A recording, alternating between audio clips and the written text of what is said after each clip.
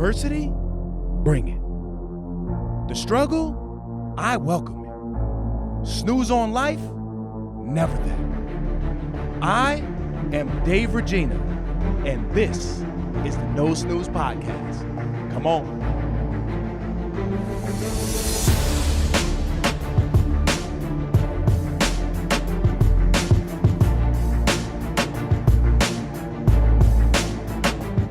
Welcome back, No Snooze Podcast, episode 156. As always, I'm in the booth with a different three. We have Sean the Animal Degnan. He sits in ice buckets. That's why Let's go, That's baby. why I gave him the nickname. Claudio, the voice, Valenzuela, and I am Dave, the body, Regina. As you guys know, Mike Pirelli, we sent him on his way last episode. So this is the first episode without Mike, but we have a great guest in Sean Degnan. He's done a lot over a short period of time here. I think he's even a few years younger than me, right? Yeah. Everything from, being a high school athlete, overcoming adversity in the ops field in terms of management, a partner and GM now of the Sale House in Tarrytown. Yep. So I'm excited to introduce Sean. I want to get to know his story. I actually went to school with Sean's sister, Caitlin. So a big shout out to Caitlin Degnan. Shout out Manhattanville. That's right. And Claudio is actually a former Valiant as well. All right. So Sean, welcome to the pod, my brother. Thank you, brother. Appreciate you guys having me on. I'm excited to get into it today and get down and dirty. That's right. So just like any story, I like to always get to know somebody from the beginning. So give us a brief upbringing and kind of how the family dynamic was in the house. Yeah. So one of four kids in my house, big Irish family. My parents are both one of seven. So a lot of aunts, uncles in the area, just crazy, just chaos. Yep. Everybody was playing sports. Everybody was doing their thing. I think sports in my life, especially growing up, huge component. The Catholic Church religion was a big thing in my life growing up, and still is. Person of faith now. It's it's something that I think sports, religion, just doing the right thing, values, all that stuff is something that over the course of my 31 years so far in life is something that has put me on the right path. And when I've gone off that path and done the wrong things, it's corrected me and put me back on that right path that I want to go on. So all those things just kind of compiled together, I think, is where I'm at today and little factors that put me there. Very cool. Unfortunately for me, I kind of peaked as an athlete in high school, played a little ball in college as well. But you were a champion wrestler, right? Section champion in high school, 189. I wrestled that my senior year. I had a separated shoulder my junior year, so I looked like kind of like Bionic Man. I had this big contraption on my shoulder for the last 2 years. So you were cheating, basically. You had a robot on you. That was literally cheating. Yeah, basically. I was Iron Man out there. But yeah, big wrestler. And I probably was better at wrestling than I was in football. Mm-hmm. I was a football player, a wrestler my whole life. Growing up, I played close to 20 years of football and same thing with wrestling almost. Wow. But I ended up going to Springfield College and I played football. Okay. I was getting recruited for wrestling and football.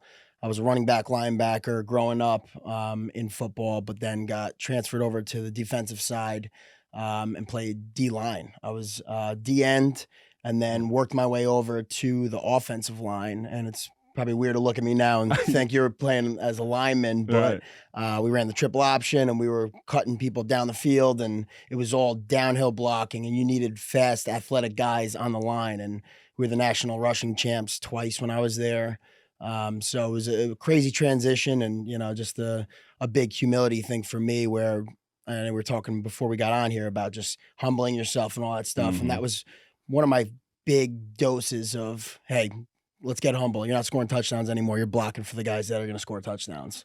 Wow, that's actually a good point, I guess, as especially in football. So if you're the one scoring touchdowns, you transition to more of a supporting role. Yeah. How was that? What kind of lesson did that teach you in life in terms of like business now, I guess? Yeah, I think, number one, it's like, it's not about you. It's about the team.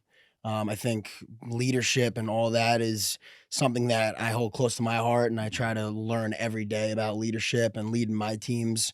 I think that really did start in college. Mm-hmm. I think in high school and growing up, I probably thought I knew about leadership, and I had certain little components of that where, yeah, I was the captain of my teams and, I led in that way, but I didn't really know what leadership was until you're able to humble yourself. And, Right. I study guys like Jocko Willink, Mm-hmm. John Maxwell, and, just the principles that they teach. And it's all about the team. It's not about yourself. Yep. Yeah. John Maxwell is the GOAT. The GOAT. I mean, sometimes the voice now, he's an older voice. Yeah. But the concepts that he speaks on. I was actually just listening to an interview with him and Ed Milet. Best, I mean, literally the best communicator and leader in the world. So I know me. I actually in the last podcast episode, I told a very humbling college story, and I was also arrested in college too. Okay. You had a couple instances where you were, and this is where I'm going to say, I don't think this is very fair, man. So you're a champion wrestler, and you're out here getting into some fights, man. So tell us about that and how you. I guess for me, I've noticed now in my recent years, probably after the age of 25 to current, that I was really not in alignment. Mm-hmm. You know what I mean? Like you were saying, you're so focused on the field, you're focused on the court for me, but then the rest of my life really wasn't in alignment with the same principles that I was applying on the court. Can you relate to that? Yeah, I mean, alignment. That's I pick a word of the year every year, and 2 years ago it was align. And alignment, I think, is something that it's so hard to find. You think you're on the right path, you think you're doing the right things, you're doing what's cool, what's fun, and you learn by these humbling experiences a lot of the times, or things with friends and family that pop up, that you're not in alignment and you're not with the right people, you're not doing the right things that you're supposed to be doing. Yep. I had a lot of issues with fighting growing up. I was someone that at an early age, I started going out and partying. 6th grade, 7th grade, me and my friends were out in the woods drinking, and it was just kind of a cultural thing. Yeah. And, not that we had like a problem or anything like that, but we were, those kids that kind of pushed the boundaries and the limits. And we weren't afraid of getting in trouble. And in our eyes, when we were out partying and getting into fights and things like that, that was the cool thing to do in our eyes at that time. Yep. And throughout those years of college, I wound up getting into some pretty serious deals where, people got seriously injured. I mean, we're talking broken bones, orbital bones, fractured wrists, broken arm, like just crazy stuff that was happening in these fights. And, we got in some serious trouble, and I was on the verge of getting kicked out of college twice, once my sophomore year and once my senior year. I got kicked off the football team for a short period of time my sophomore year. And that was the year going into junior year where I thought I was going to be up for the captain spot. Yep. That was quickly stripped because, the behaviors off the field. Yeah. Right. Who's going to follow a guy that can't get their act together off the field? If you're going to do that off the field, what are you going to do on the field? Who are you really? It doesn't matter how hard you hit, how many touchdowns you could score, how you can lead the guys and all that stuff. If you're not leading by example, who's going to follow you? Right. And, that's something I quickly learned. Oh, great point. Thank you for sharing that too. Yeah. So when did when did the switch happen? Like, when was the transition? When did you fall in love with the personal development? Because and I guess we'll get to this too, but your routine now is pretty. I'm gonna go with Sean the Animal Degnan. I mean, my man. I take cold showers, but my man sits in a bucket of ice for what? 2 to 5 minutes? Is it like? Yeah, usually like 4 minutes or so. Yeah. Try to do it like four to 6 times a week. I mean, the cold shower, I'm still oohing and eyeing in there. So like the next step is obviously this ice bucket. But before we get to the ice buckets, how did you, make the transition, and what was the switch factor for you to say that you want to be, better both personally and professionally? Yeah.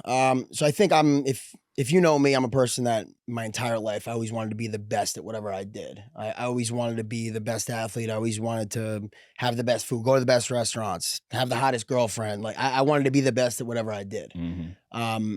When I started going through these struggles that really started putting me in some dark places in my life, it took me a couple of years. I think definitely my sophomore year of college was the first big dose of that.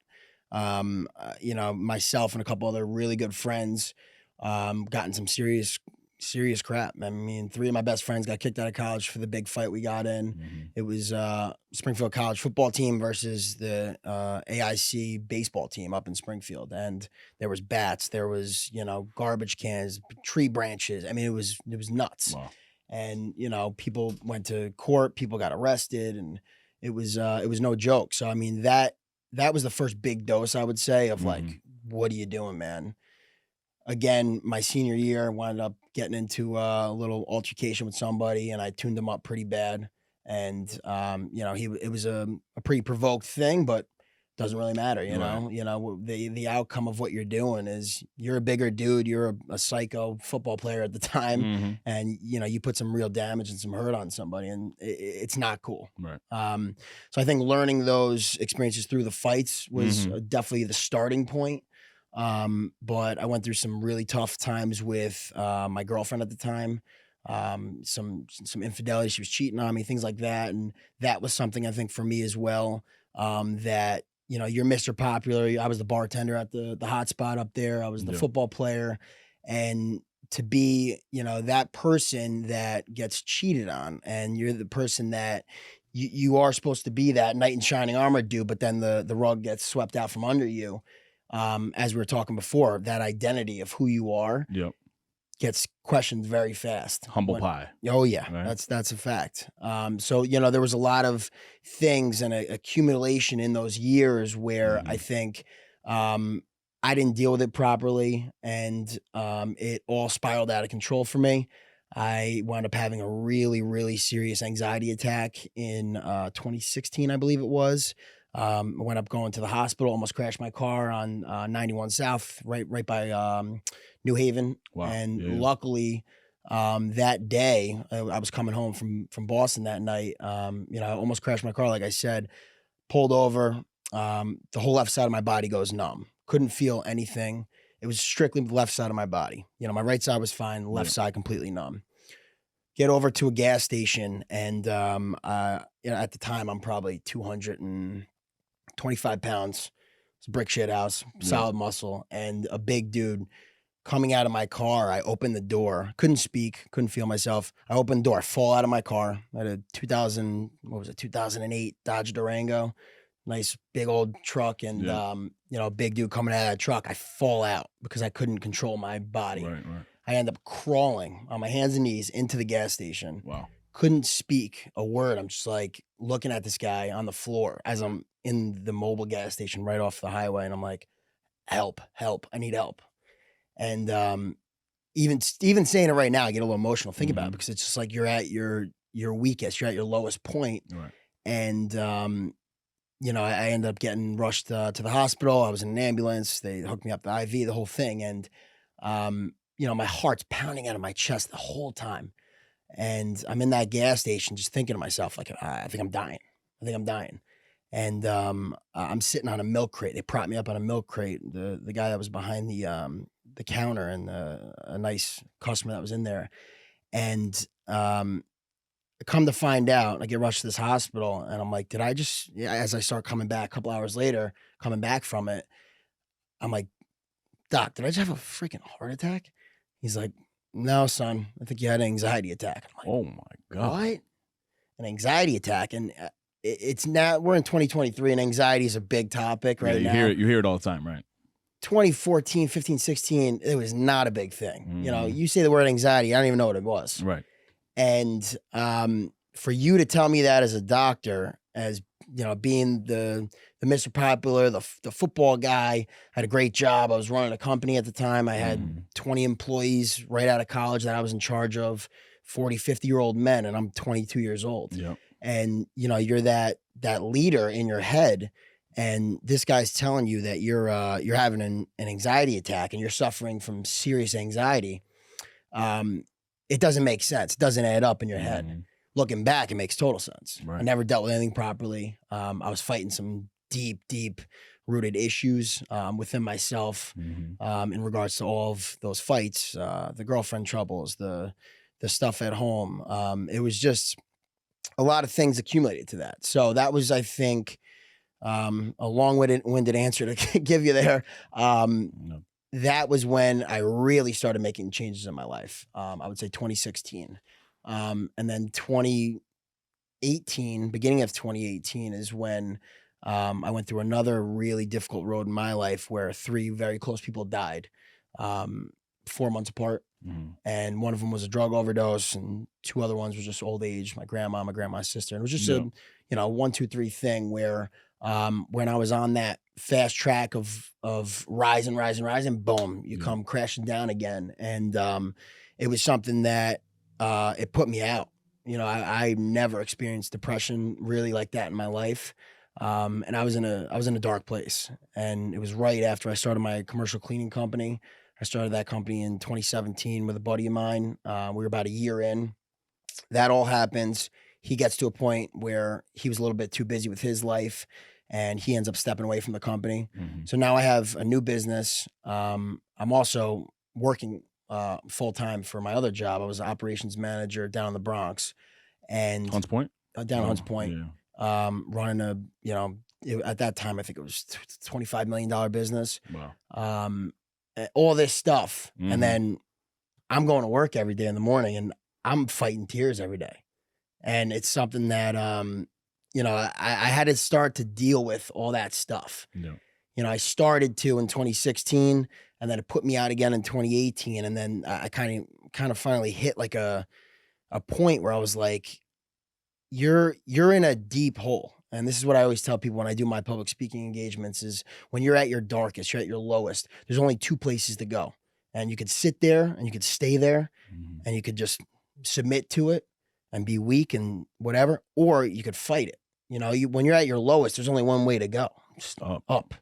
And, that's what I finally chose after a couple months of sitting in that hole. It's like, all right, stop feeling sorry for yourself now. Mm-hmm. Start dealing with your issues. You do have serious issues. I think for men, guys like me and you, on the surface, we always have it all put together. Mm-hmm. Internally, so many of my guys that I know, successful dudes, they're struggling. Absolutely. And if you're not able to talk about it in an outlet where it feels safe, where you're able to express yourself and not be judged, not feel weak. And a lot of the times for guys I know, they can't do that with their wife, their girlfriend, because it is tough, to feel less than or weak, with your significant other, because you want to be the provider. You want to be that guy that's always there for them and leads the way. So, I think finding those outlets and those people, and like you were saying before, like aligning myself with the right people, the right things, getting out of the stupid crap I was doing, drinking excessively every single weekend, going out partying, all that stuff, that slowly started to come to an end. 2018, till now, ridding yourself of just the toxic habits and finding those healthy outlets. For me, it was podcasts. It was, guys like you that are vulnerable and can talk about the weaknesses and deal with it. Going to different personal development events. I went to the 10X Growth Conference. We were talking about John Maxwell. Yep. That guy's speech changed my life in 2019. I was down in Miami by myself. I had 12 guys supposed to come with me to that conference. Little by little, they all dropped out. Wow. To me, it was a non-negotiable. I said, I'm going to this thing. I need help, and I went by myself, and it was a life-changing conference for me. And, he has this quote. It's the quote I live by, and it's everything worthwhile is uphill. And he was on stage in Marlins Stadium, and he's like this, and he's pointing like this up in the sky, and he's like, everything worthwhile is uphill. And I'm like in tears in the stadium. Yeah. There's like 30,000 people there, and like you see other people too dealing with whatever they're dealing with, and it was just like a loving environment. It was a humbling environment, and like I said, those couple years there is when that all sparked. Yeah. Wow. You shared a lot, and thank you for the vulnerability, because, just as men, like you were saying, it's not very typical. No. So it's nice to connect and find, like-minded individuals who are willing to express the vulnerabilities. But going back, I just want to highlight the anxiety piece. For me, I kind of witnessed it firsthand in college. One of my best friends, who's still a best friend of mine today, he literally used to have me hold a plastic bag for him while he would have panic attacks. Wow. Just so he can recuperate the air. And that was the first time I ever really knew anxiety, because in my home, there was anxiety and stress, but our outlet was anger and frustration, right? And I think that that's relatable to a lot of men these days, because we hold and we bottle, and I'm sure women do it as well, but I can only speak on my experience, to where we bottle things up, and then eventually, you get to a breaking point. Your breaking point, I think you've articulated well, and you can highlight that moment in your life where you crashed your car and you can't even feel half of your body. Yeah. And I never dealt with any real attack like that, but over the past couple years, there's times I have a very stupid term for it. It's called the booms, where my heart is just booming out of my chest. So Mike would call me a Neanderthal for it. And I'm like, I don't know how to describe it. It's just the booms, man. Like, I'm sitting here and I'm thinking about all these thoughts, and then like my heart is just beating out of my chest. Yep. And like you're saying, there's times when I first experienced it, I would pour a glass of whiskey and I sit back to try to take the edge off. And it might do it for a second, but then right when I'm going to sleep, it's 10 times worse. Yeah. So you have to find those outlets and those habits. So you mentioned that conference too, which is great. Was there a specific book or a podcast that you can, do you read? Yeah. Yeah. Yeah. No, I don't know. Because for me, I remember it was Beyond Basketball was like the first book by Coach K that really changed, the trajectory for me. Yeah. Because I was very focused, like I said, very unaligned at the time. I had a really good jump shot, but then the rest of my life was in shambles. And then I read Beyond Basketball, which literally is that concept, where you take an athlete and it's much greater than basketball. So there were so many lessons in there. So I'm always curious when people, who have had extreme growth like yourself, is there something, and if not, that's okay, but is there a specific book you can think about? I think the first full book I ever read, and this is pretty That's funny. scary to say. Full book. Yeah, I mean, growing up, I didn't do homework. I didn't read. Yeah. Like, there was Harry Potter books in my room, and that was never cracked open once. I think I was hiding stuff in there that my mom didn't want to find. Sorry, Mom. Hopefully you're not listening to the podcast. I think the first full book I ever read was Millionaire Success Habits by Dean Graziosi. Yeah. And I think Dean's that really changed a lot for me. Grant Cardone was a big factor in my life in 2018, 2019. Yep. And I would say John Maxwell, I got hooked on his podcasts. Yep. But my favorite book is 12 Rules for Life, Jordan Peterson. That was just, that's some I haven't read that. I got to pick that up. Deep knowledge. I mean, if you ever see his speeches and his stuff he does, you'll get lost real quick. Yep. I mean, this dude is smart beyond belief. I mean, way above my pay grade. But if you're able to take little nuggets from what he's saying, he tries to break it down in simple concepts, but then when he explains it, it gets crazy. Right. So yeah, a couple of those things definitely big helps for me. Awesome. Talk to me about some of your habits now, and definitely include the ice bucket. But I when we were talking back and forth, for the produce, you were working overnights, which typically is not like you got to have some mental toughness to be working overnights, right? Yeah. So I guess what does a routine look like for you now? I guess when you wake up in the morning, take us through your day. Yeah. Because I always like to, just for my own value and knowledge, I like to hear about that stuff. Yeah. I mean, I think number one with routines, habits, all that stuff, it's, for me at least, it's always changing. I go through phases and seasons of my life where, I'm journaling every day, where I'm reading every day, meditating every day, all that stuff. And then I'll go 3 months without it. And that's like you were saying before with, guys that and stuff, that's life. I mean, you go through peaks, you go through lows. So, for me right now, I work out usually 6 days a week. I would say sometimes 7 days a week, sometimes 5 days a week, but definitely at least 5. Working out is my outlet. That's my biggest stress reliever. I'm sure you can relate to. It's something that makes me feel good, feel confident after doing something hard. Yep. I'm proud of myself after doing, that hard stuff. I take ice baths 4 to 5 times a week. And now, what kind of contraption is this? Yeah, Like, so there's a lot of stuff out there. I know, but this is for me. I don't care about any other listener right now. There's a lot of stuff I'm out there. trying to. So I want an ice bucket. All Yeah. right. So maybe we should collab with one of these ice bucket companies here. Yeah, I definitely want Let's go. one. No snooze and ice bucket challenge. Let's go. But I am.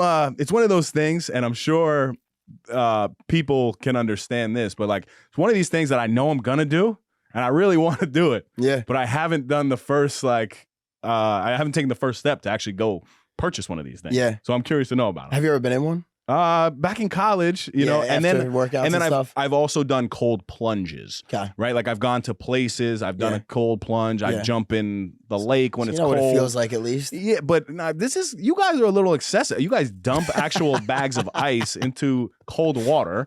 I mean, this thing is like 20 to 30 degrees? Yeah, it's usually like anywhere from, the coldest one I ever did was 28. Okay. But usually it's like 30 to 40. All right. So just for concept here, right? We basically operate a bunch of facilities and we have indoor pools. Yeah. Okay. We operate these pools indoors at around 80 to 82 degrees. People complain publicly, and this is a real issue.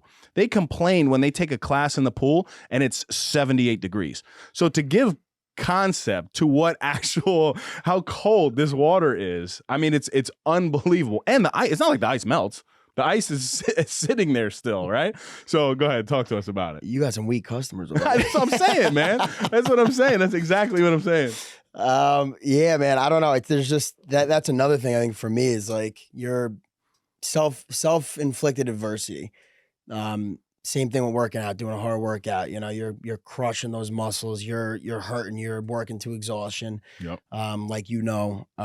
It's the same concept in my head, at least. Mm-hmm. It's more mental than it is physical for me. If I wake up and I'm not feeling good, one thing I do pride myself in is like I'll allow myself to be down on myself for a couple minutes. But then I'm back. Right. You know, it's that mental switch happens for me, and I don't allow that anymore. You know, and I think the cold plunge, the ice baths, those things, it's something that you're jumping in there and you're out of your mind, like for going in there. And all the guys I know that do this, there's a lot of close friends of mine that do this. It's the same factor of like we're putting ourselves through adversity. So when adversity that we don't expect comes and it hits us, we're prepared for adversity. You're more prepared, right? Yeah. We're more prepared than we would be. And you know, you can't dictate outcomes, but you can influence them. And if your mindset is trained for battle and war ready, whether it's an ice bath or whether it's you're running, 10 miles or whatever it is, you're putting yourself through something hard. I think that's the real piece for me that I'm addicted to. And it's like a drug. It really is. Yeah, it is. It actually is. And even chemically, right? They call me the big science sometimes. But chemically, that spark to the brain is a dopamine hit. Yep. And dopamine is the same, chemical that goes off when you do drugs. Yep. Right? So it's actually, that's a fact. Now, for me, again, so I do the cold shower thing. And right now it's light work. It's really not. You do it every day? I do it every day. Yeah. Literally every day. I work out, I shower in the gym, right to ice cold, boom, I get in. Yeah. But for me to get in this ice bucket challenge or do this ice bucket thing, it's not like I'm coming off of a workout. So I do think it's next level because I would have to go home, get in a bucket of ice. Like it's not, for me, I don't want to take away from the cold shower because it is a hard thing to do. But I'm basically already sweating and hot. Yeah. So I just turn it to cold and I just get in there and I just shower. And it's almost refreshing sometimes. You get what I'm saying? Right. Yeah. So like this morning, for instance, I got up. First thing I did was we just moved, me and my girlfriend, to a new apartment. The Halden. Shouts to the Halden over in Where's that? West Harrison, like White Plains area. It's right, real close to Manhattanville, actually. Cool. Right across the highway. But first thing I did when I got up today was I have a little corner in the living room, and I call it the wellness center. And like my girlfriend thinks I'm out of my mind. I've got a foot massager, I've got a neck massager, I've got a foam roller, I've got a red light therapy thing. What else is there? I got Epsom salt for the ice bath. I've got, stretchy bands, all this stuff. Yeah. And I have so much stuff that I do every day to make myself feel good. And for me, it's a challenge every day. I mean, all of the pounding on my body, football, all these years, lifting heavy weights, all these years, like it's taken a serious toll on my body, and that's no joke. And people that look at those NFL guys and all these serious professional athletes, those guys don't let it fool you. I mean, they're hurt, right? And you have to do a lot to make yourself feel good. And for me, I'm not going to complain about it. I'm just going to do something to make myself feel better. So today I got up, I put my feet in my foot massager. I could do that. That doesn't sound very hard. That doesn't sound very hard. Yeah, so you're already on the path. There we go. Yeah. So I did that. I put my red light therapy thing on. I put my little goggles on. I look like an idiot. I'm in there. I got this red light therapy thing in my face. I'm drinking my pre-workout. And right before that, I put all the ice in my ice bath. So as I'm doing this, where's the ice bath? In your actual bath? It's right outside my apartment. I have like a small little patio. You literally could fit 2 chairs on my patio. That's it. Okay. Like, so I don't have like some crazy backyard or something. I have a small little patio, probably smaller than the size of where we're sitting right now. So you're a big dude, but like, what kind of bucket is this? Is this going to fit me? It's a 50-gallon. You're a lot bigger than me. I can get. It's a 50-gallon like tub that I got. So I mean, you're up in up north a little bit. I'm sure you got a little more space than I do. You could probably get a nice big tub. My boy Joe's got a big I don't know. It's like one of those farmer tub type things, like a keg thing, like the right? Rubbermaid ones. You buy them at Home Depot. Yeah, he does his in there. Yeah, that's something. Can I do this in a trash can? Yeah, 100%. Is that weird? I did that in college. Right? Standing up. Can I? No, but you get in it, bro. Yeah. Like, well, that's what mine is. Yeah, I have. And you have to. That's the torture because you get in. That's torturous. Yeah. And then you have to like literally shrink down and fit your all your limbs in. Yeah, there. you go underwater too. Yeah. What happens if you pass out from hypothermia? I don't know. All right. Well, hopefully your girlfriend will save you. I don't know.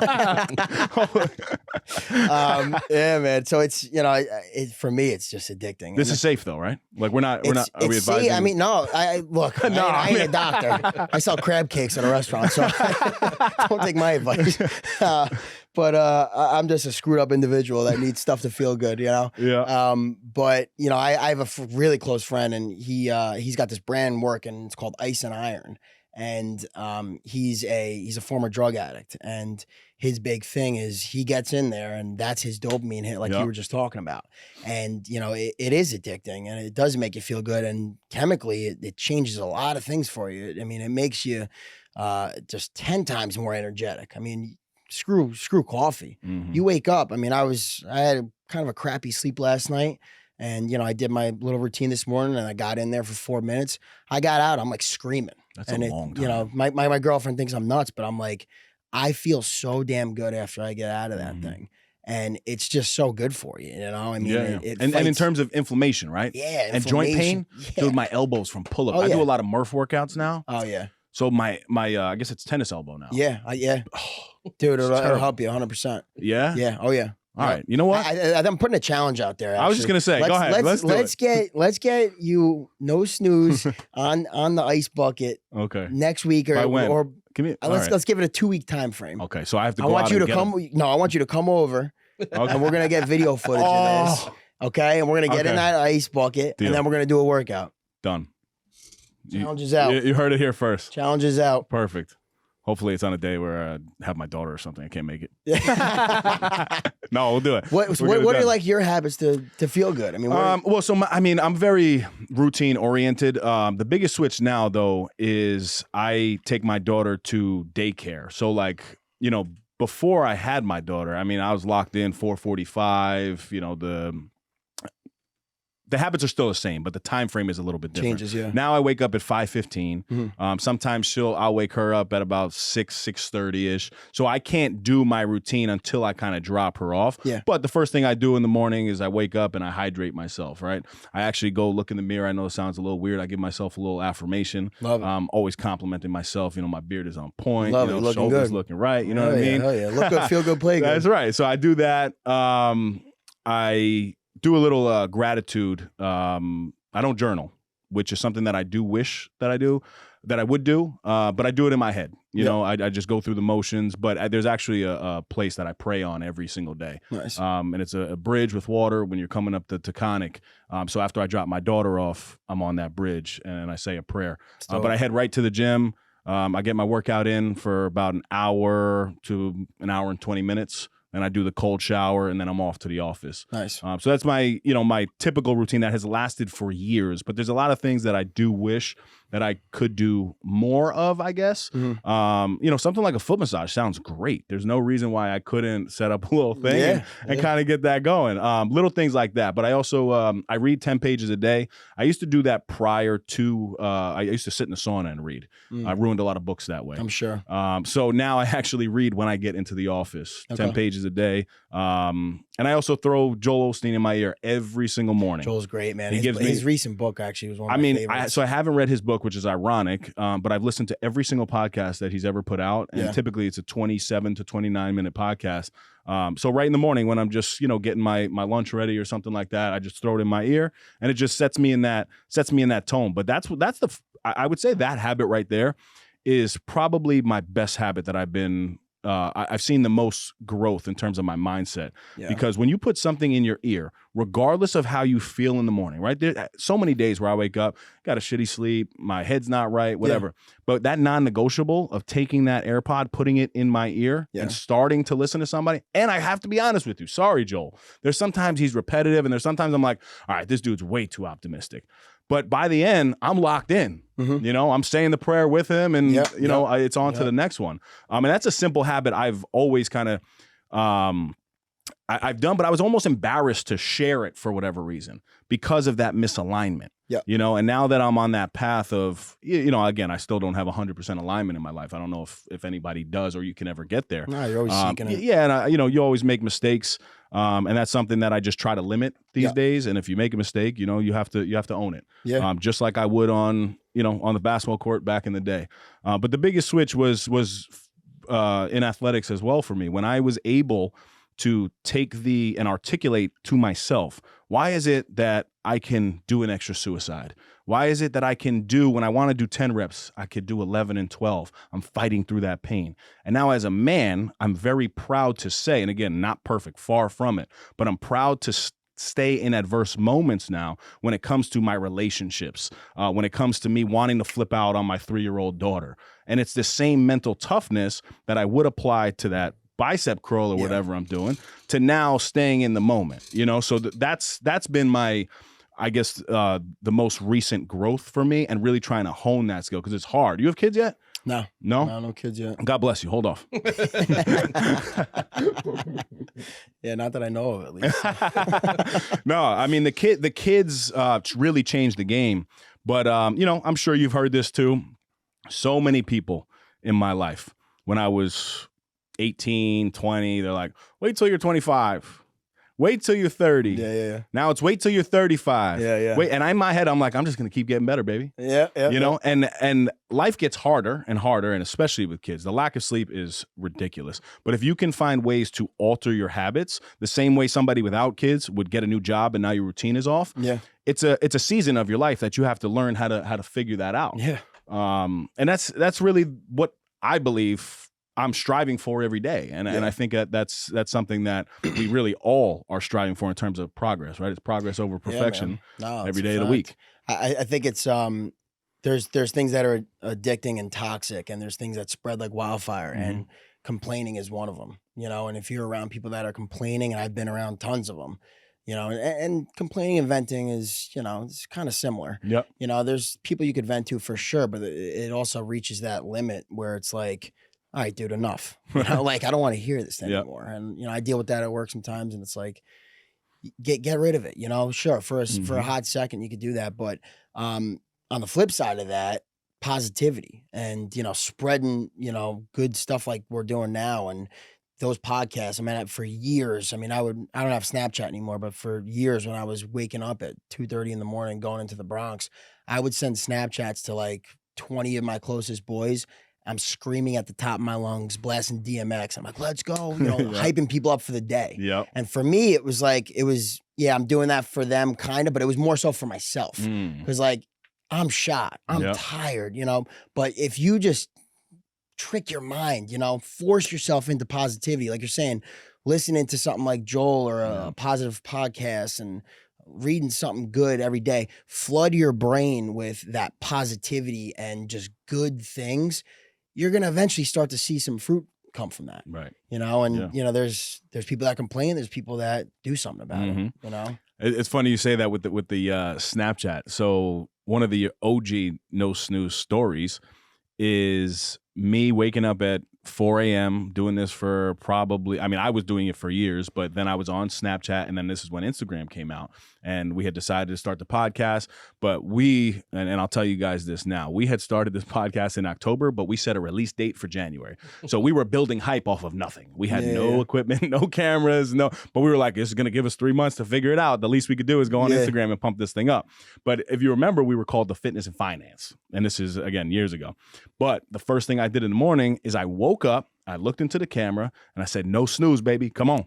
Love it. So then Mike. I think my sister told me about this, by the way. So then Mike, he was like, so we started noticing people reposting. The people who were up early, they were like, hashtag no snooze, hashtag no snooze.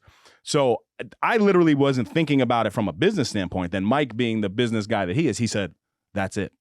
Yep. He said, that's the name. I said, that's dumb. No snooze. Like, what? Yeah. He's like, no, that's what it is, though. You're no snooze. Yeah. And we transitioned from the Fitness and Finance, changed the Instagram name over to No Snooze Podcast, and that's actually how it. And now we're in NBC studios. Look at us. And the rest is history. We wanted to take a quick second to let you guys know that we partnered with our good friends over at Orgain.com. We're happy to offer our listeners 30% off by entering the code NOSNOOZE30. Again, that's NOSNOOZE30 for 30% off your first order.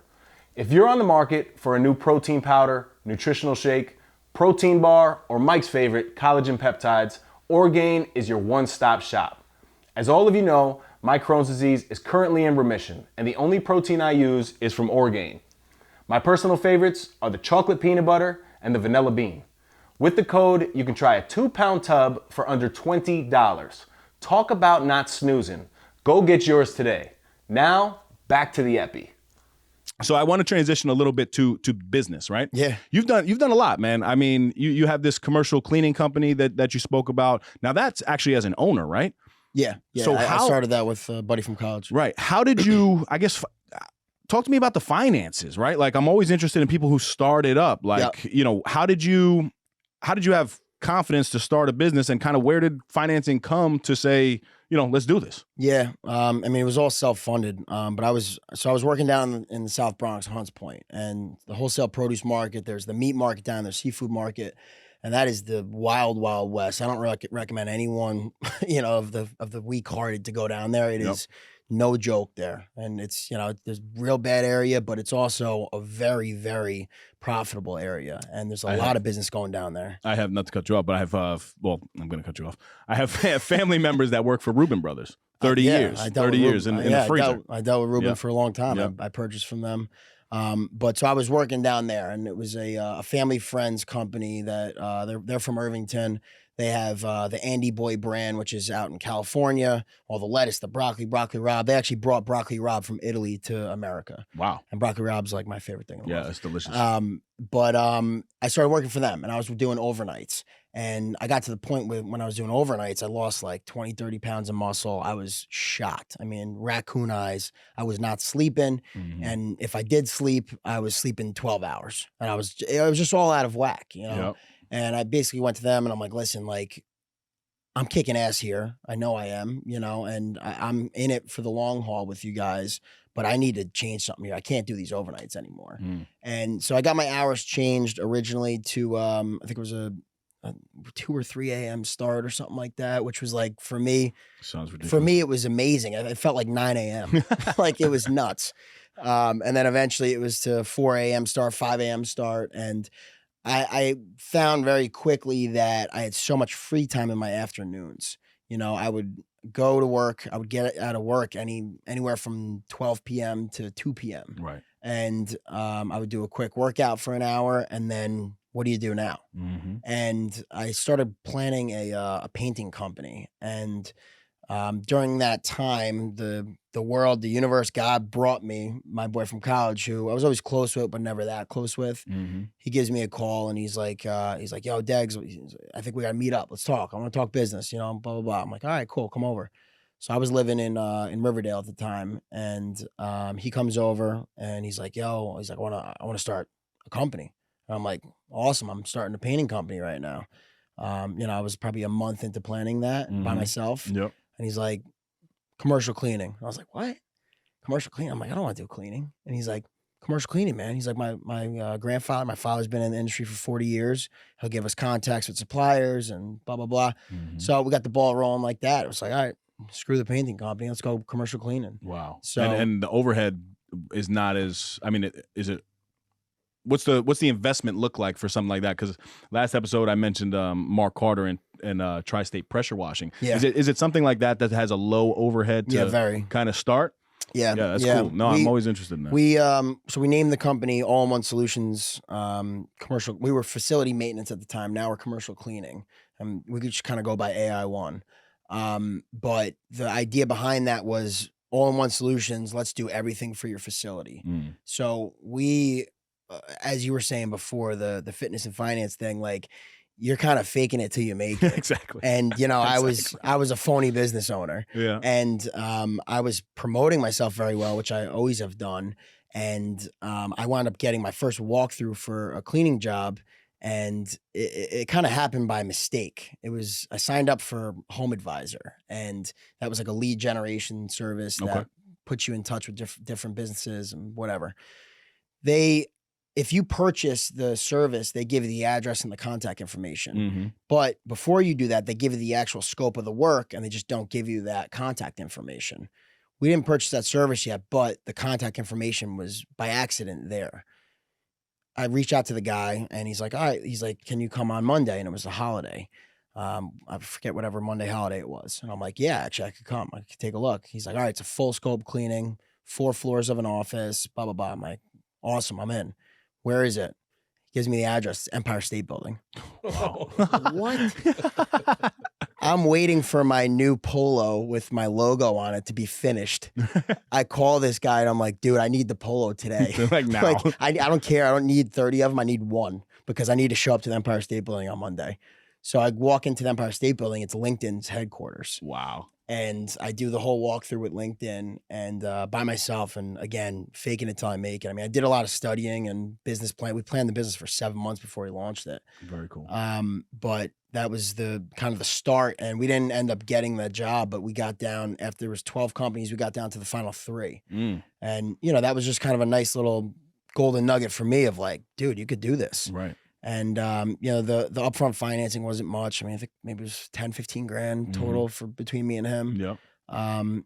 Bought a bunch of vacuums, a bunch of power washers and whatever, spray bottles and microfiber cloths, things like that. But it wasn't too much, so we just kind of got the ball rolling, and we were doing everything ourselves in the beginning. I mean, I was scrubbing toilets for 2 years on my free time. I was, doing dusting walls and things like that. And little by little over the course of the next couple of years, we started gaining different type of businesses, and we kind of hammered back down to, all right, let's focus on one thing that we're actually good at, and that's commercial cleaning. It's profitable. We know it's not too crazy as far as like the scope of what you're actually doing. We could teach people how to do it and trust them to do it the right way.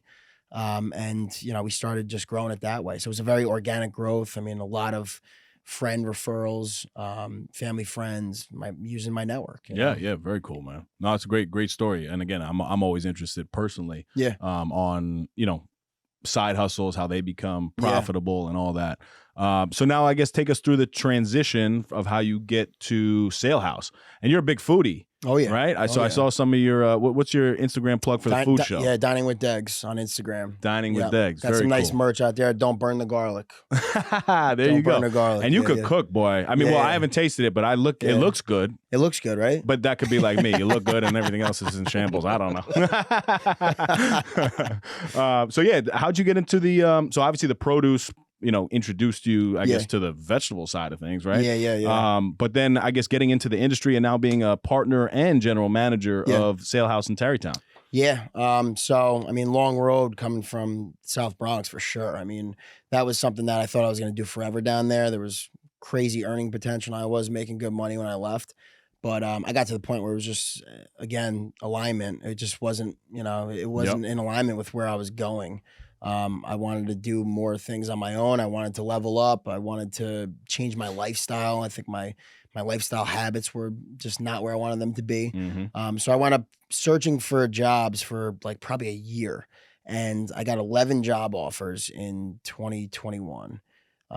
All general manager roles. And because I was an operations manager for the company. And when we started, Gotham Fresh was the company DeRigo Brothers owned that I worked for. Yeah. And Gotham Fresh started in 2014 when I graduated college.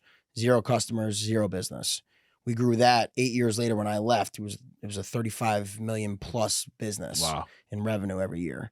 So it was a huge operation. And, I learned a ton. I mean, and that family taught me so much about business. And I took that and I said, all right, along with my commercial cleaning company that I had for 4 years at that time, I felt like I was freaking Bill Gates. I thought I knew everything. Yeah. And I got out there and I ended up taking a job in Stamford, Connecticut, where we are right now. It was kind of very close, like a mile away. I bought a condo in Stamford. I was commuting to the Bronx. It was just too much for me. Took that job as general manager of a real estate staging company. Very big transition. And I'm talking about all different industries, but took that job and that was a challenge, man. I mean, I thought I knew what I was doing with everything. And it's just, you're in different industries and business principles apply everywhere for sure. But there's variables and there's people are a hard thing to manage. And when you have people in power that don't align with your ideals and things that you want to do, it's very hard to succeed that way. And I ran the company for a little over a year or so. I got a raise, and literally a week, maybe 2 weeks later, I ended up stepping away because I did not align with the owner. She has a very successful business, and she's a great person, but just me and her weren't on the same page. Right. Gotcha. This opportunity with the sale house came about from a guy that my mom used to babysit, actually. Wow. Way back in the day. Wow. And, when he was a little kid in Ardsley on Forest Boulevard, Tom McCardle. So he got this opportunity with the Washington Irving Boat Club in Tarrytown. They had ran the restaurant there for 2 years. And they have a marina there as well. And, they found out quickly that running boats is a lot different than running restaurants and bars. Yep. So we stepped into this opportunity where we took over the whole facility. It was always a separate business. There was Sunset Cove, the restaurant, and then there was the boat club, which was the bar and the patio. Yeah. It's right underneath the bridge there. So we took that over January 15th of this year, 2023. No business plan, nothing. We kind of just full head of steam went into it. I grew up working in restaurants. I was a bartender for 10 years. I was a waiter, a busboy. I was everything growing up. Actually, speaking of trouble growing up, I was 12 years old. I got in some serious trouble, and my dad was like, "You're going to work at Sam's Restaurant in Dobbs." There you go. It's the best thing I ever happened to me because I fell in love with food in the restaurant world. Full circle moment, right? And that's not by chance. No, man. Yeah, that's all. Yeah. I'm a firm believer in us we're basically pawns in this life, and everything is already aligned, and then it's just about us. Matter of time. Yeah, and that's it. Yep. And the final story is already written, in my opinion. I agree, man. And something like that where you hear it full circle. Yeah. There you go. Yeah. Awesome. So, here we are. We're a couple months in now, 7 months in or so, and we opened up April 15th, and it was crazy. I mean, again, this is my 4th company that I'm running now, and it's a different beast, man. Wow. I mean, it's not easy, and starting something from scratch and from the ground up it's very hard. And it's the 3rd time I've done it, but the first time was with a lot of support. Second time was on my own, and this time was kind of 50-50, and I was almost left without a paddle a little bit, and expected to do a lot. And I learned very quickly again, like, don't be afraid to ask for help. Take on what you can, but don't be a superhero here, because you're going to end up crashing and burning the ship if you try to do everything. And I ran that company for 3 months, basically by myself, day to day. My phone number was on the building out front before we opened. So, I mean, it was just 24/7. I mean, I was working 120, 140 hours a week. Wow. But now we're in a great place. I mean, we just finished up the summer. We had an amazing, amazing summer. We learned a lot. We had different menus over the summer where, our kitchen staff couldn't handle some of that stuff. And we had to scale back a few times and humble ourselves again and say, look, let's get good at something first before we expand. Wow. And so that's where we're at right now. That's awesome, man. So 4 companies by the age of 31. Yeah. How does that feel when somebody else says that to you? Because that's very impressive. How does it feel? I don't know. I was listening to something the other day. Andy Frisella. I haven't listened to him much recently, but he gets a little too political now. Yeah, I'm not really with his whole movement anymore. But I do get down. He's a beast, though. With his core values and stuff. I do get down with. And there was a video I was listening to, and it was explaining like a winner's mindset. And I'm sure you could relate to this too, where winners always feel like they're behind, and you're gonna always be chasing the next thing. You're always going to be, looking to grow and get bigger and better and whatever you're doing. So, I mean, I've learned to give myself some grace and look at the successes and say, good job. But same thing with my failures and my, moments of doubt and things like that. I let that happen for a short period of time, and let's keep moving the envelope forward, because there's a lot of work to do. Yeah. So feels good, I guess, but there's a lot more to do. Absolutely. And I'm sure you relate to it as well. I mean, you've grown this podcast to something that's probably beyond your wildest imagination when you first started it. But there's more work to do. That's right. And again, I ask these questions for me. Hopefully there's value to listeners. But I'm the same exact way. I used to have a problem with, I remember specifically, I was a 30 under 30 top business professional by 914 magazine. That's awesome. Right. And I remember obtaining the award, and I didn't even take anything in. I don't remember what the food tasted like. I don't remember who I was talking to. They did a podcast episode. It was an extravagant event. Yeah. And I wish back then that was 4 years ago. I wish back then I had the ability to take that moment in and just be proud and give myself a little bit of grace. Yeah. Do you know what my mindset was at that moment? And I remember saying it on the podcast episode to them. And I said, this award's great, but it means nothing if I don't receive a 40 under 40. Like, wow. What a dick. Yeah. Like, you know what I mean? Like that was constant, right? I remember when I I purchased an investment property, put, money at the age of 26. It was kind of, it was all I had at the time. It's a big deal. It was all I had. And like, I was just like, yep, let's go on to the next one. And I never sat back to say like, wow, pretty impressive. Take it in. Right. A couple years later, I bought another property, and, my plan every 5 to 7 years is to acquire another property, just for generational wealth and, leaving something. I heard this last night at dinner, so it's not from me, but he said, I want to leave my kids something more than a couch. Than like just a old antique, So I'm hoping to leave something behind, but I like to pick other successful brains and like-minded individuals on how they kind of receive that stuff. 2 business principles that you've learned along the way that you'd like to share and that to be true. When I first came into a managerial role, right out of college, again, it was 2014, so close to 10 years ago at this point now.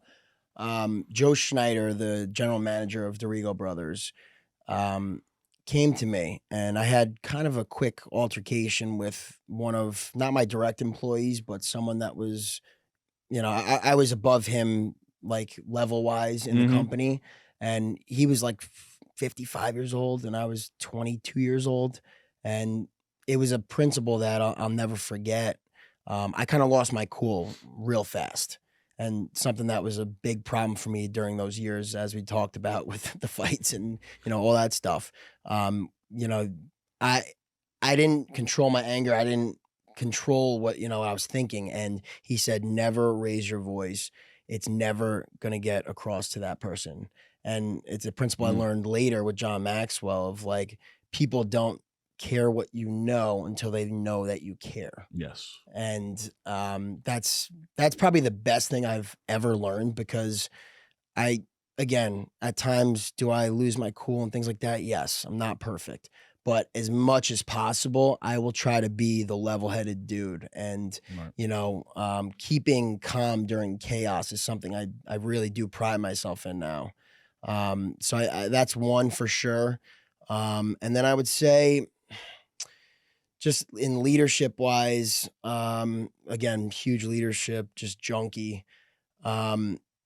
Being the person to lead by example. There's a pitcher that I need to buy and I haven't bought it yet, but it's my favorite pitcher. And there's a top portion of the pitcher and there's a bottom portion of the pitcher. And I don't know if you've seen this or not.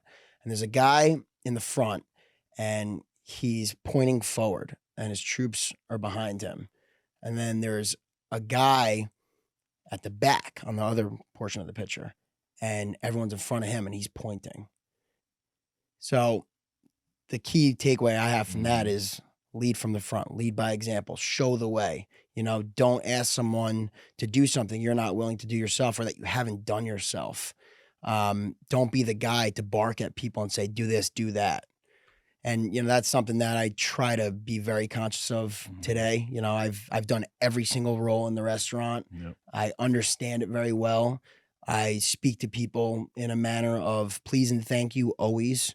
You know, treat the janitor the same way you treat the CEO. That's right. You know, and I'm not above anybody. You know, we're a team. You know, you don't work for me, you work with me. You know, and that's how myself and my partners like to pitch it as is, you know, we're on the same team here. You know, it's not a hierarchy of, you know, I'm in charge of you and this and that. It's just we're on the same mission here. Yeah. You know, let's get this goal. Let's attack that goal together.